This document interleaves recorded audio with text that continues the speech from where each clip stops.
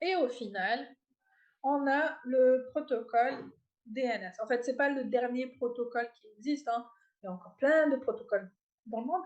C'est le dernier qu'on va voir avant de passer au reste du cours, qu'on verra à la prochaine séance. Donc, le protocole DNS pour Domain Name System, c'est un service qui va permettre de traduire un nom de domaine en informations de plusieurs types qui y sont associées, adresse IP, adresse d'un serveur mail, et ainsi de suite. Donc la résolution d'un nom de domaine trouve l'adresse. Donc en fait, quand on fait une résolution de nom de domaine, ce qu'on cherche, c'est à trouver l'adresse IP qui est associée à ce nom de domaine. Le DNS est un système hiérarchique dont le sommet est appelé racine. Donc, on a le fonctionnement du DNS qui peut être soit récursif. Ça veut dire quoi? Ça veut dire que quand le client envoie une requête, il envoie une requête à son serveur DNS local. Si ce serveur DNS local permet les requêtes récursives, qu'est-ce qu'il va faire? C'est lui qui va envoyer toutes les requêtes nécessaires jusqu'à avoir la réponse à la requête. Et quand il va avoir la dernière réponse, il va pouvoir l'envoyer au client. Par exemple, ici, qu'est-ce qu'on va avoir? Imaginons cette machine veut connaître l'adresse IP ici. Euh, c'est une adresse, c'est une requête où on demande l'adresse de type A. Donc, un enregistrement DNS de type A. Un enregistrement DNS de type A, ça veut dire une adresse IP V4. Donc, il demande l'adresse IP V4 de fr.wikipedia.org. Il l'envoie à son serveur DNS qui est récursif, qui permet la récursivité. Donc, qu'est-ce qu'il va faire? Ce serveur DNS, alors avant de l'envoyer, il va voir sur son fichier host. S'il n'y est pas dans son fichier de host, il va envoyer au serveur DNS.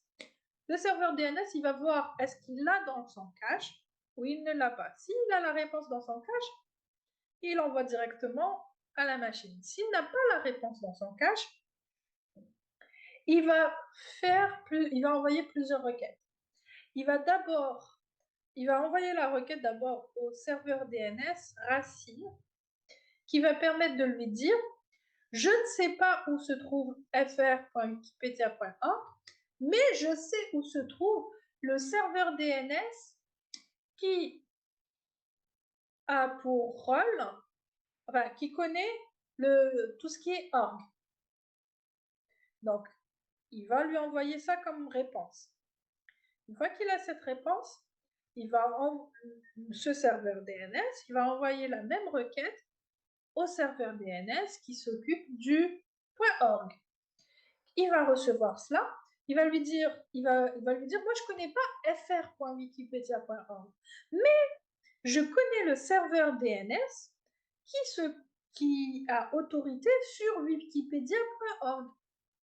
Et c'est ce qu'on retrouve ici. Il va lui envoyer l'adresse, l'enregistrement NS de qui s'occupe de wikipedia.org, donc qui a autorité sur wikipedia.org. Quand il va recevoir cette réponse, le serveur DNS va envoyer une requête, la même requête, où se trouve fr.wikipedia.org.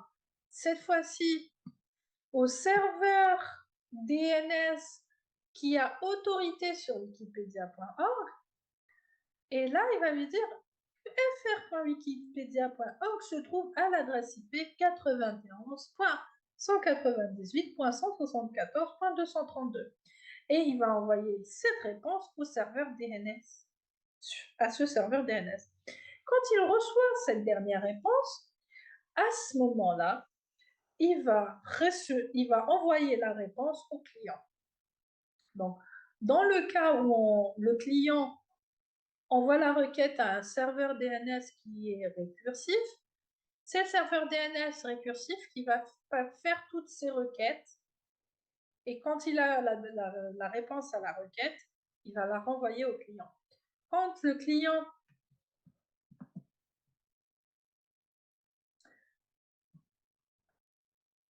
client par contre, quand le serveur DNS n'est pas récursif, donc s'il envoie la requête à ce serveur DNS et ce serveur DNS n'est pas récursif, ce sera au client de faire toutes les requêtes, les unes après les autres. Donc, on a plusieurs types d'enregistrement DNS. J'ai parlé de A, qui va faire correspondre un nom d'hôte en adresse IPv4. Ensuite, on a le 4A, qui va faire correspondre un nom d'hôte à une adresse IPv6. Puis, on a CNAME, donc un enregistrement DNS CNAME qui permet de faire d'un domaine un alias vers un autre. Et cet alias va hériter de tous les sous-domaines de l'original. Vous avez les enregistrements MX qui définit les serveurs de messagerie pour ce domaine, serveur mail. Vous avez les enregistrements PTR qui vont être l'inverse de A ou 4A, qui vont associer une adresse IP à un enregistrement de nom de domaine. Donc ici, au lieu d'avoir un nom de domaine, pour ce nom de domaine, cette adresse IP, vous allez avoir pour cette adresse IP ce nom de domaine. C'est comme pour ARP, RARP, grosso modo.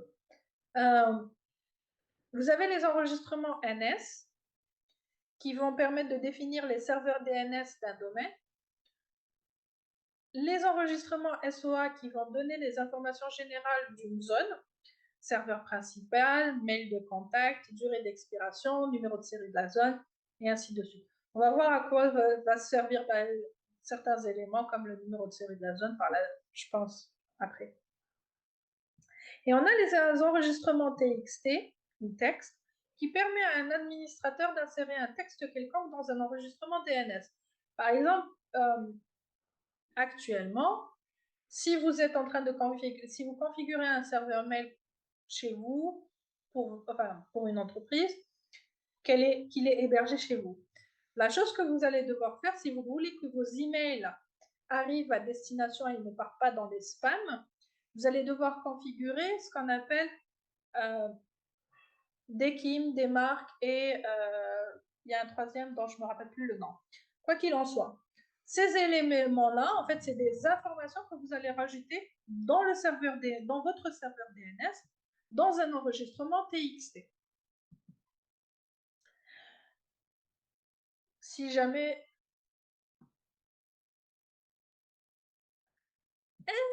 si on veut, oui. Si on veut. Mais vraiment très, très local.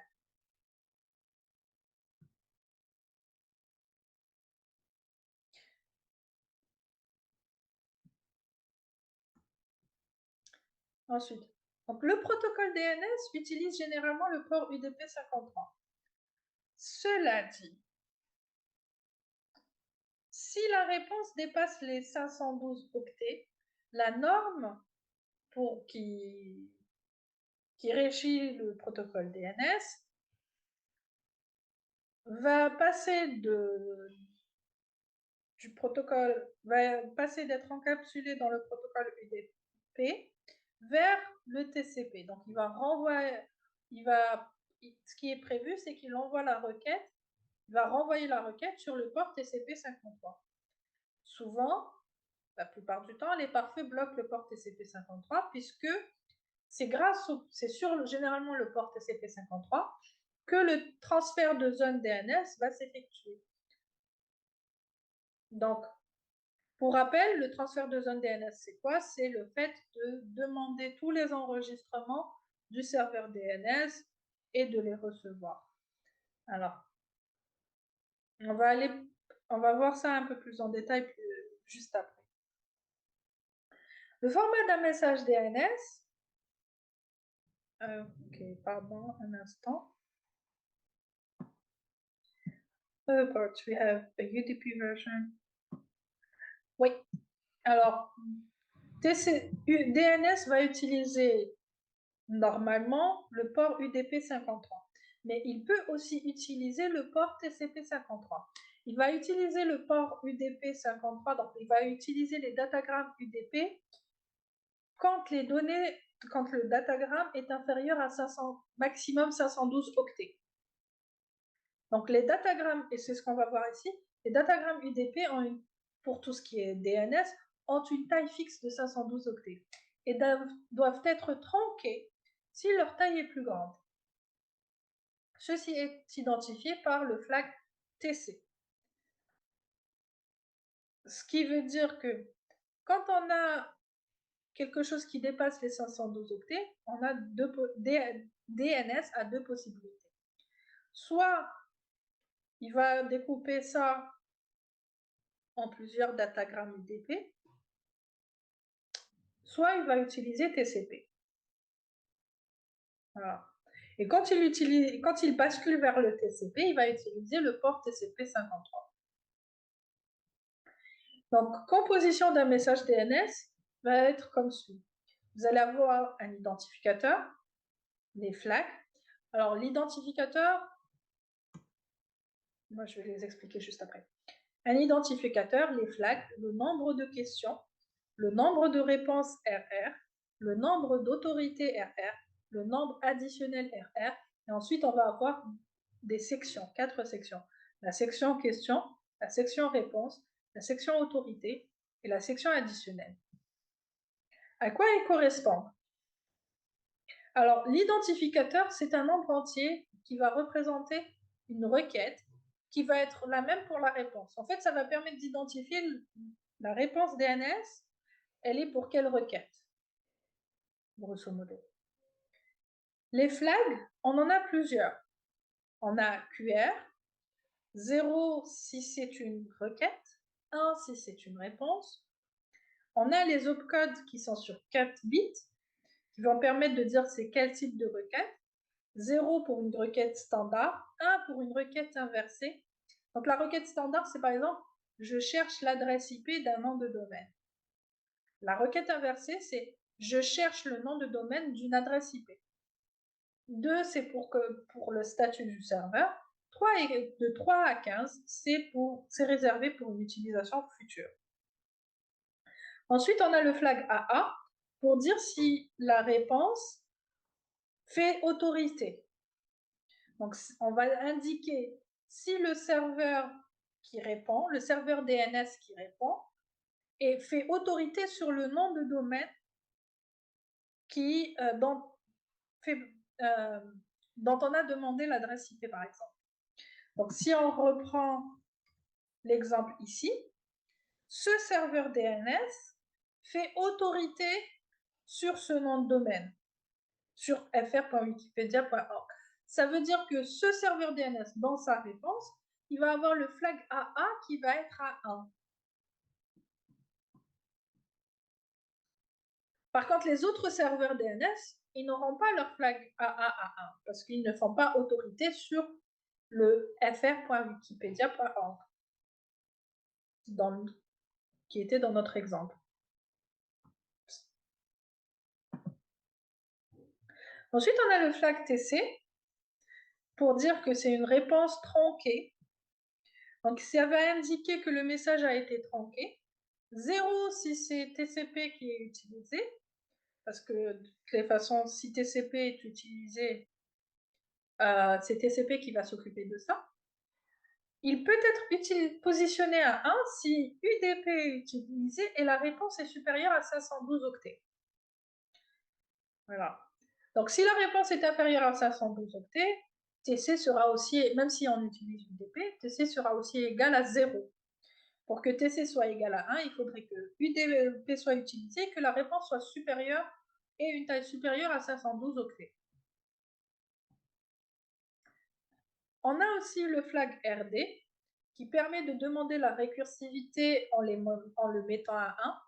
Donc, quand le client, dans l'exemple précédent, a envoyé la requête au serveur, par exemple, la plupart, j'imagine, vous utilisez le serveur DNS 8888.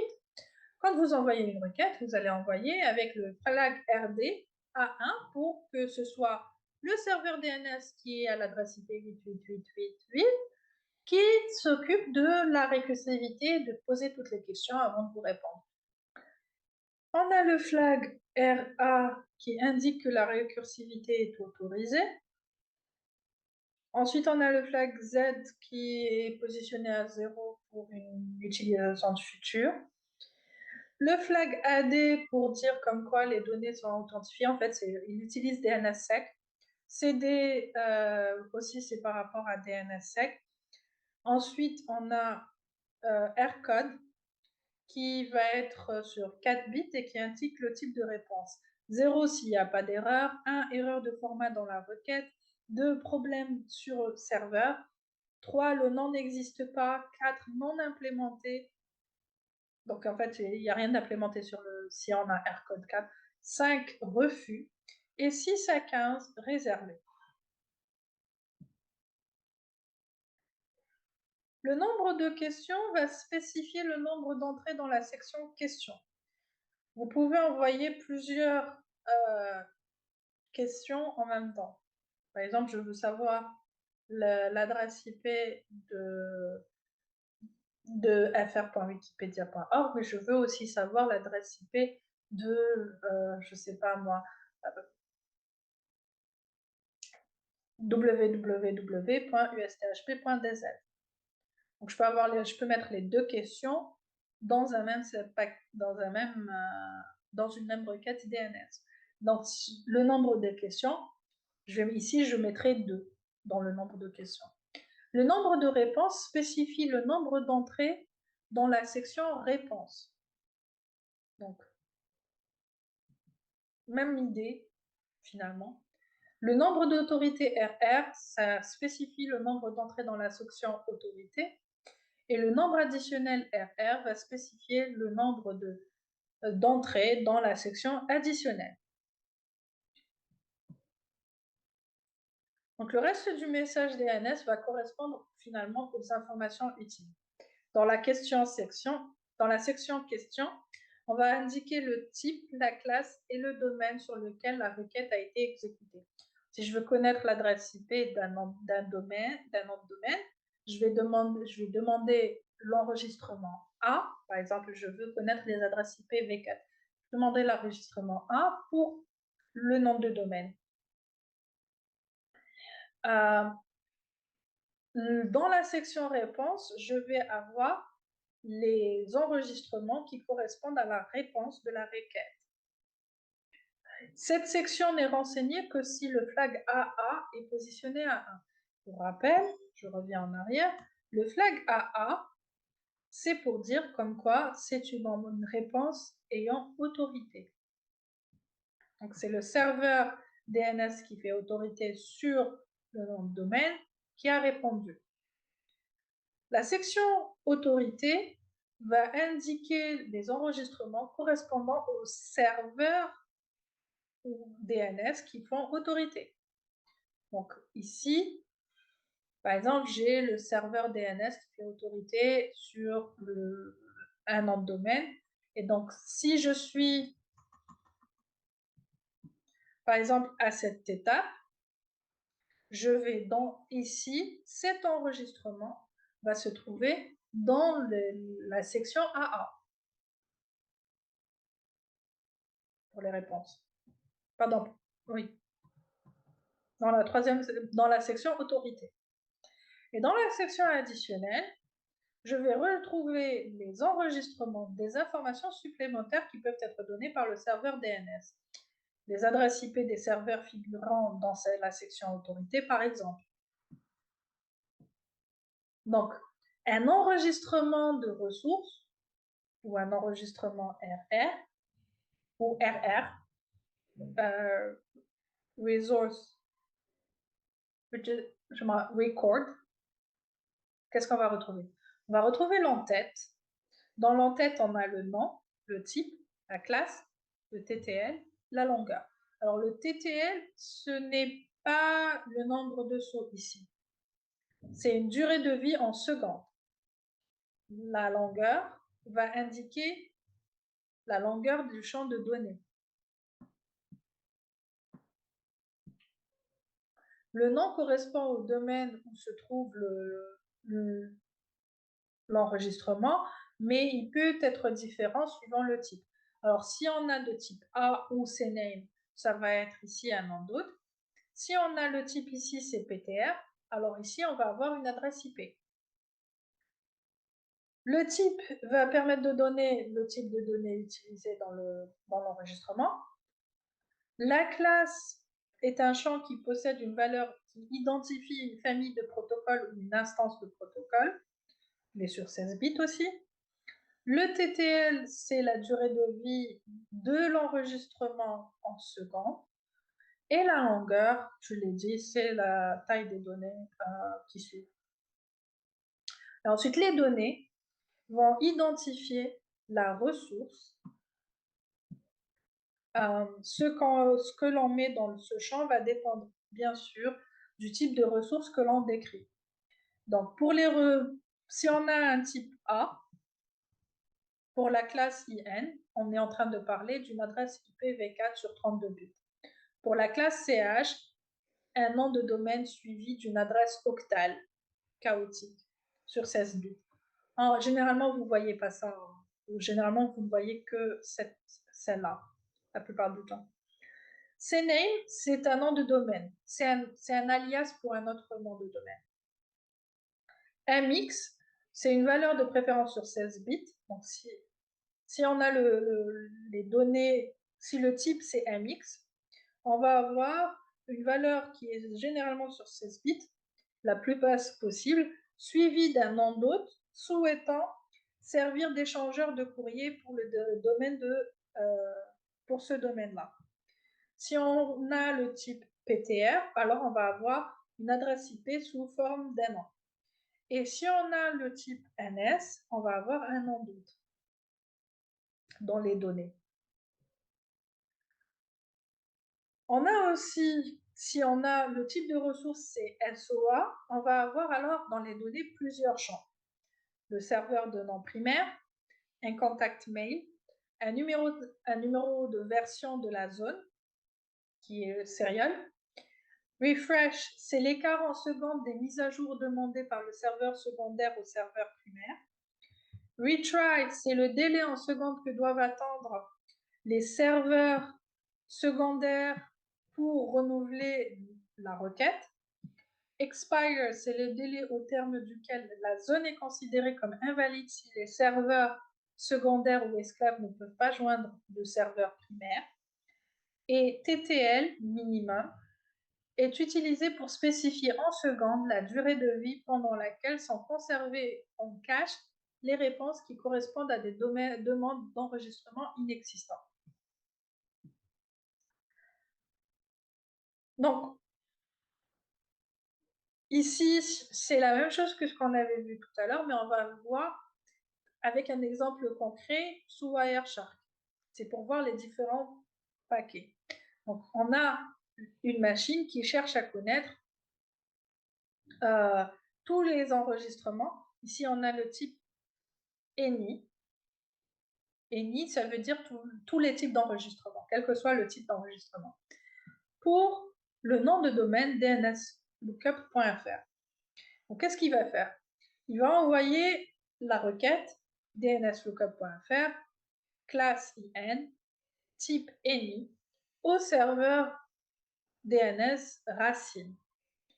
Le serveur DNS racine connaît les serveurs DNS qui répondent qui s'occupent du point .fr. Ensuite, en fait, le serveur, il va envoyer la même requête au serveur TLD, donc les serveurs DNS, qui s'occupe du point .fr.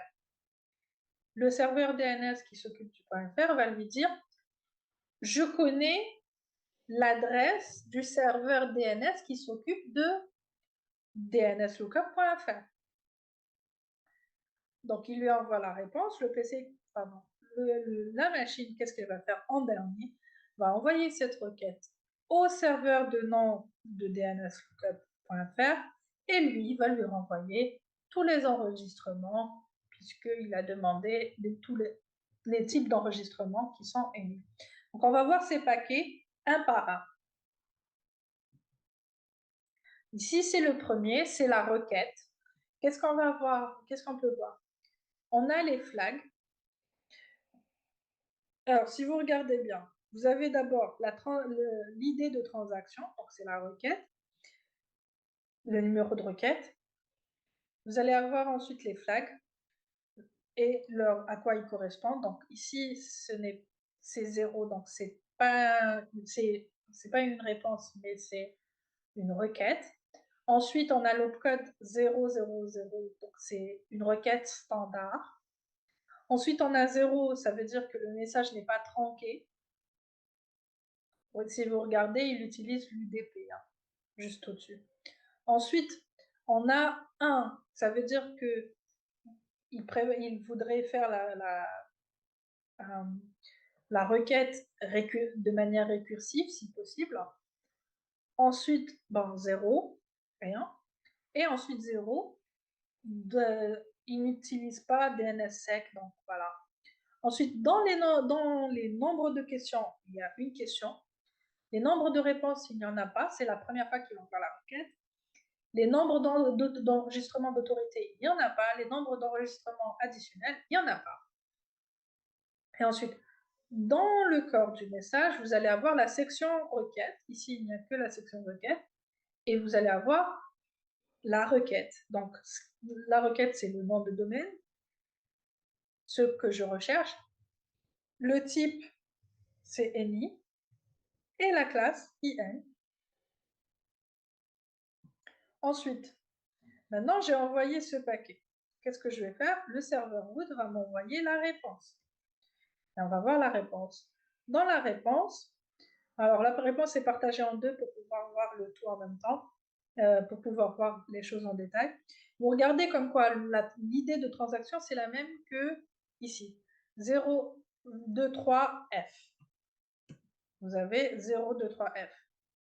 Les flags, vous allez avoir ici, c'est une réponse. Ensuite, si vous regardez tout à l'heure, il y avait demandé de faire de la récursivité si possible. Le serveur a répondu comme quoi le serveur ne fait pas il ne fait pas de récursivité. Ça veut dire que c'est à la machine, le PC, de s'occuper de la récursivité. Donc maintenant que ça c'est, le reste c'est à peu près la même chose. 0 à A, ça veut dire qu'il n'y a pas de portions qui ont été faites par le serveur qui fait autorité.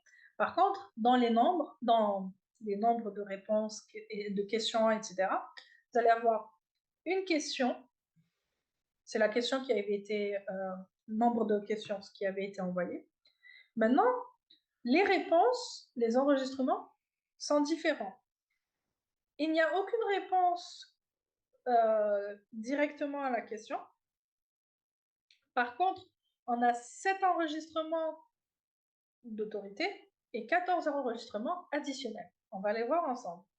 Donc, on retrouve dans le corps du message la requête qui avait été envoyée. Puis, on va retrouver les enregistrements d'autorité. Il y en a 7. Je ne crois pas que je vous ai mis les 7 en même temps. Donc, ce qu'on va voir, vous allez avoir les différents serveurs qui s'occupent, TLD, qui s'occupent du point .fr. Vous allez avoir FR, type NS, blablabla, et la réponse, c'est un type NS, donc c'est un serveur de nom, et l'un d'entre eux, c'est a.nic.fr.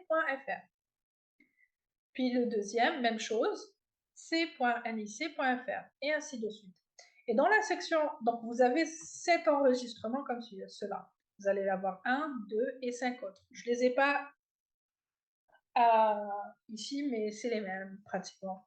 Et dans la section additionnelle, si ici il n'y avait que le nom du serveur a.nic.fr, c.nic.fr, vous n'avez pas l'adresse IP. Dans la section additionnelle, on va retrouver quoi? Par exemple, pour a.nic.fr, vous avez un enregistrement 4A, donc IPv4, IPv6, pardon, et un enregistrement A, donc IPv4.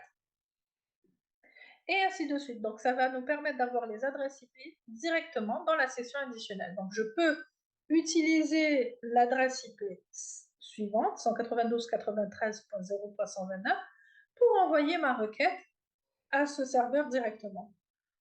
Donc là, j'ai reçu cette réponse. De la réponse, j'ai sélectionné un serveur TLD et je vais envoyer cette requête.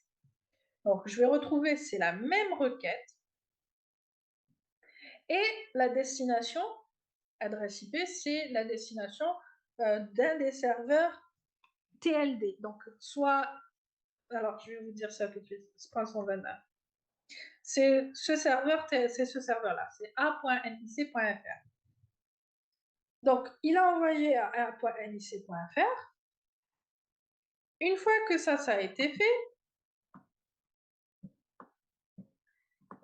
donc vous avez, c'est la même requête, les mêmes informations dans les flags ou dans le corps du message.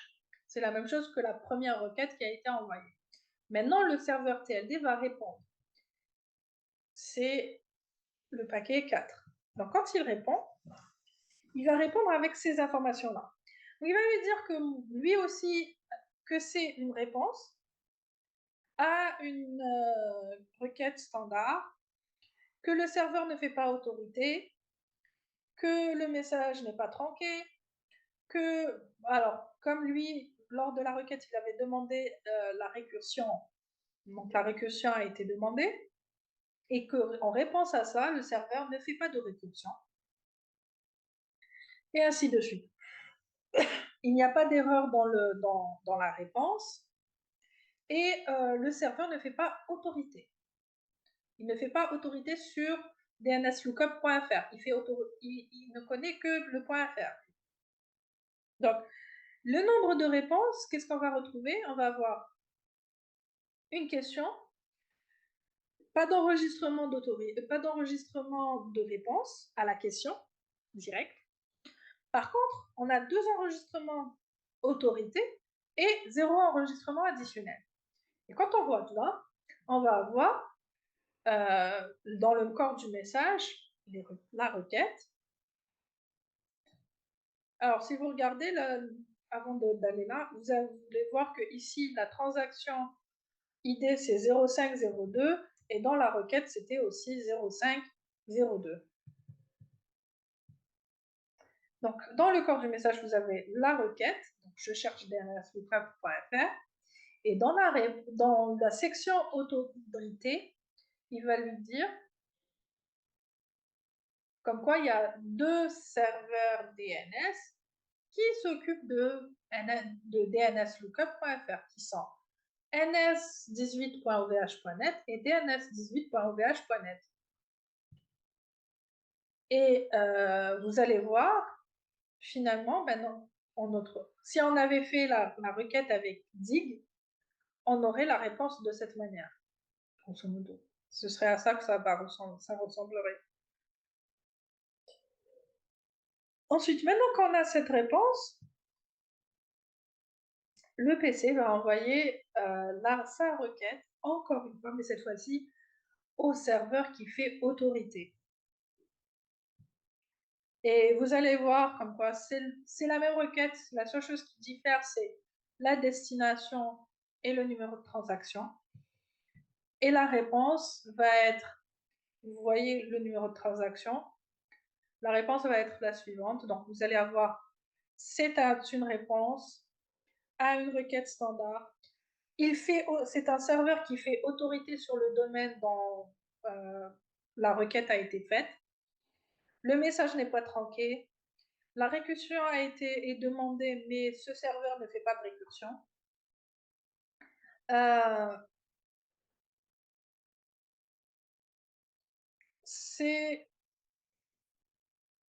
Il n'y a pas d'erreur dans la requête. Il n'y a pas eu d'erreur. Ensuite, on a une question, 8 enregistrements de réponses. Donc tout à l'heure, on avait des enregistrements qui étaient dans autorité, parce que c'était des serveurs DNS qui n'avaient pas autorité sur le nom de domaine.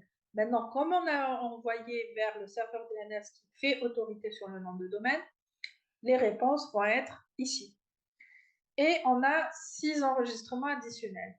On va voir dans la section requête, c'est la même requête, elle est juste recopiée. Et dans la section réponse, on va avoir les différents enregistrements.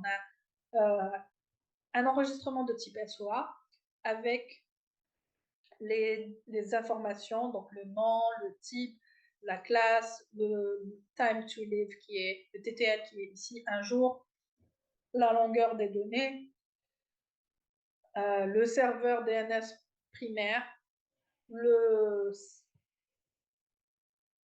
tout ce qui est mail, donc réponse, le exchange va être ici, le numéro de série, combien de temps avant de faire un refresh, combien de temps avant de faire un retry, et le maximum avant expiration des données, et le TTL minimum. Dans la section additionnelle, donc vous allez retrouver, donc ça c'est juste une partie des réponses. Si on regarde les réponses qu'on aura en tout par DIG, vous allez avoir aussi d'autres informations, les enregistrements MX, l'enregistrement A, adresse IP, serveur mail, et l'enregistrement TXT. Le troisième élément, c'était SPF. Pour tout ce qui est gestion gestion des serveurs mail qui permettent d'éviter, qui permettent d'authentifier les serveurs mail qui répondent pour un nom de domaine et ça diminuer le risque de phishing, etc. Donc on utilise des enregistrements des marques, des KIM et SPF. Ici, il n'y a que SPF, mais normalement, on devrait avoir les trois pour que ça marche et que les emails, quand ils arrivent quand vous envoyez un email de votre serveur mail, par exemple, vers une destination, pour que vos emails ne soient pas abandonnés par la plupart des serveurs mail.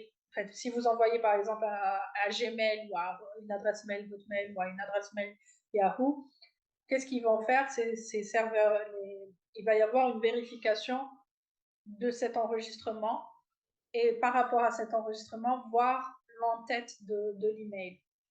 Et maintenant, si vous n'avez pas le SPF d'Ekim et des marques, la majorité partie de vos emails vont partir en spam ou à la poubelle directement, ou ne vont pas arriver.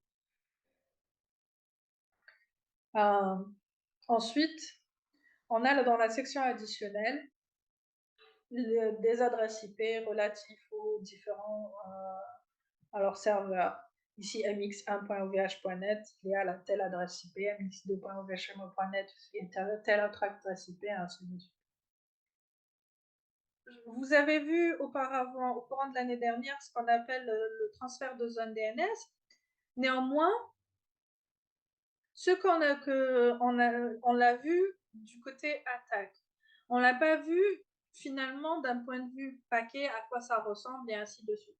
Enfin, vous l'avez vu du côté attaque, vous ne l'avez pas vu à quoi ça ressemble au niveau paquet réellement qui va être envoyé à travers le réseau.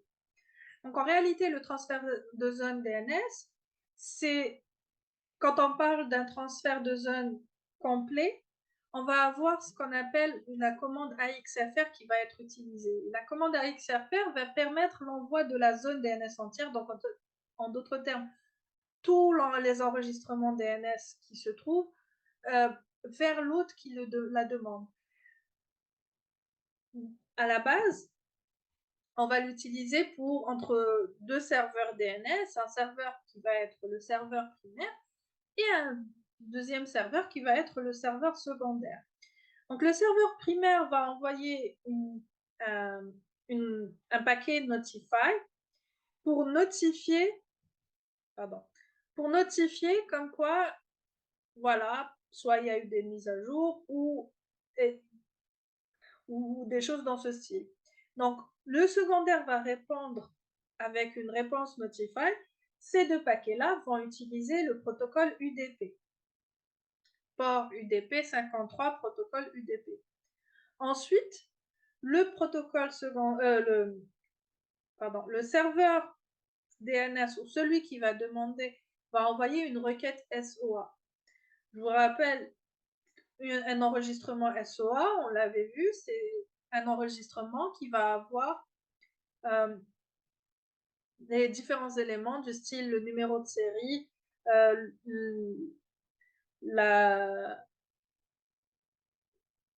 le TTL et ainsi de suite. À ce moment-là, le primaire va lui renvoyer l'enregistrement SOA. Ici encore, on va utiliser UDP ou il peut y avoir l'ouverture de la session TCP. Ensuite, et là, lorsque le secondaire va envoyer une requête à XFR,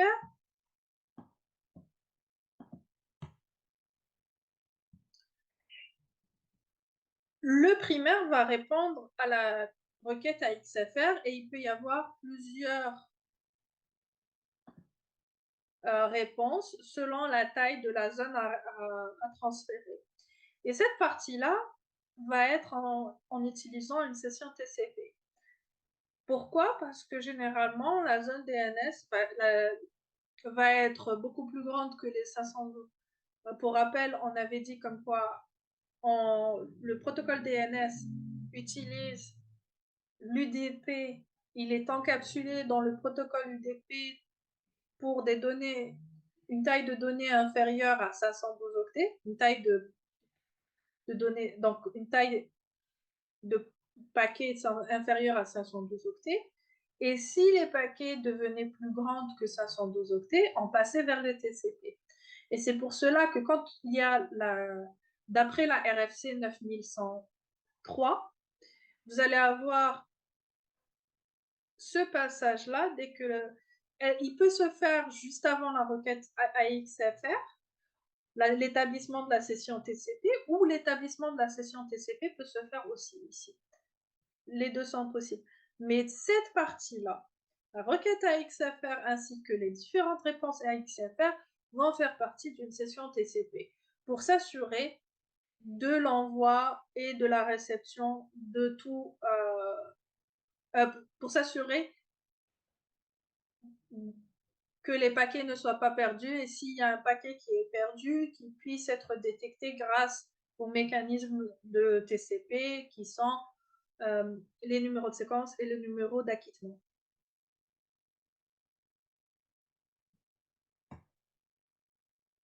Bon, en fait, si on regarde le paquet AXFR, la commande AXFR, à quoi elle va ressembler, quand on voit le paquet, on va voir que dans DNS, ici, ce qu'on va retrouver dans la partie requête, donc on a nombre de questions 1, et partie requête, on va avoir type AXFR. Donc c'est pour ça qu'on vous dit transfert de la zone entière. Et vous avez, en fait, ce code, c'est le code 252 en décimale, ou 00FC en hexadécimal. Et le nom du domaine qui a été demandé, qui est ici etas.com. Et en, en réponse, ce qu'on va avoir, si vous regardez ici,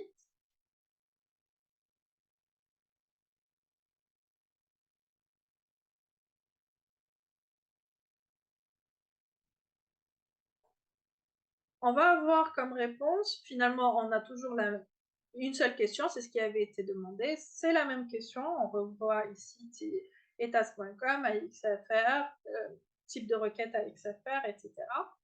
Et on va avoir en réponse 4 enregistrements de réponses et on va avoir ici les réponses. Donc on a un enregistrement de type SOA, un enregistrement de type NS, un enregistrement de classe de type A avec l'adresse IP et un autre enregistrement de type SOA.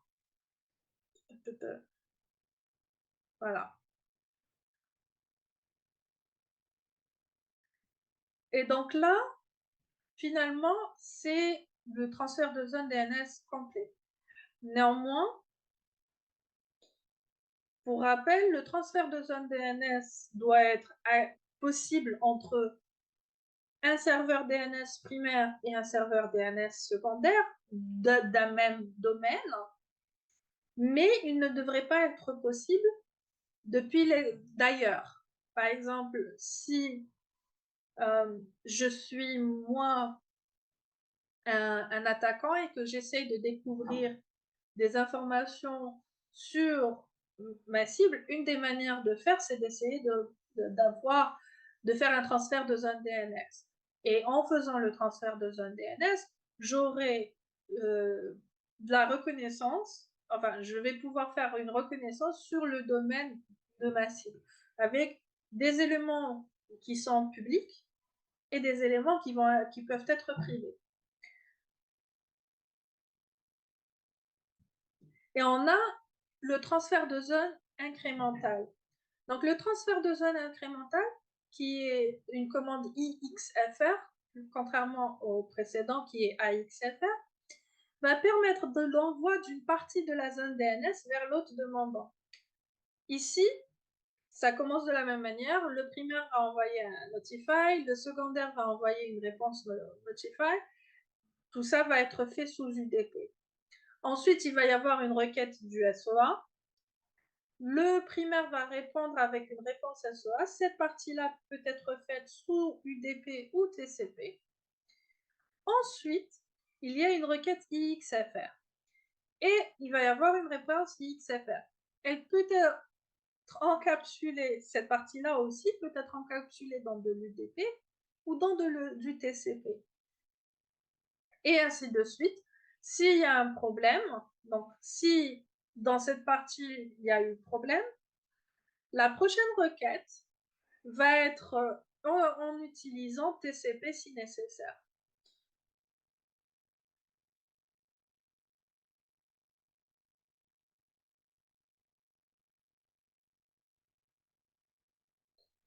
Alors, ici, si vous regardez, le paquet de la commande à IXFR va ressembler à ça. C'est pratiquement la même chose que la XFR, sauf que dans le type qui est demandé, si vous regardez ici, tout à l'heure, c'était 252 qui était full zone transfer. Là, c'est 251 qui est un transfert incrémental. Et pour la réponse, on va avoir les éléments suivants. En fait, à quoi ça va servir de faire un transfert de zone incrémental par rapport à un transfert de zone complet? La différence, elle est où?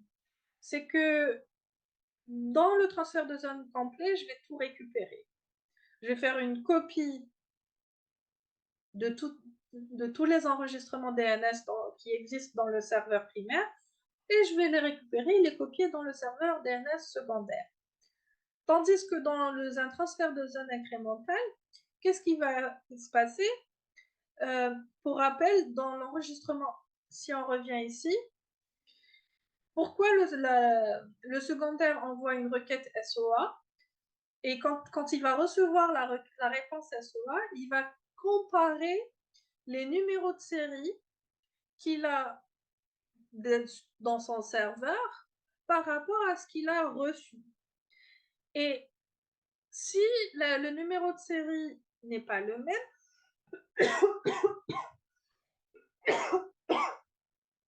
pardon, si le numéro de série est différent, cela veut dire quoi? Cela veut dire qu'il y a eu une mise à jour sur le serveur DNS primaire. Et donc, ce qu'il va demander, dans le renvoi de sa requête, il va demander la différence en réalité.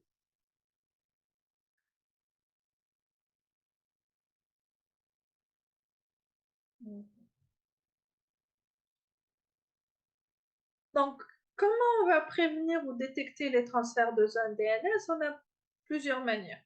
Dans la prévention, déjà, on doit n'autoriser le transfert de zones DNS que pour les adresses IP de confiance, depuis le serveur primaire vers les serveurs DNS secondaires et personne d'autre, enfin personne, et aucun autre hôte.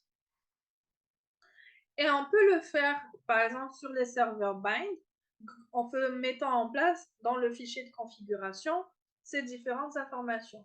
Donc, quels sont les serveurs auxquels de confiance et finalement l'autorisation du transfert de zone DNS ne peut être fait que vers mes serveurs de confiance. On peut aussi utiliser la configuration de DNSSEC qui va permettre l'authentification du serveur primaire et secondaire. Donc, oui,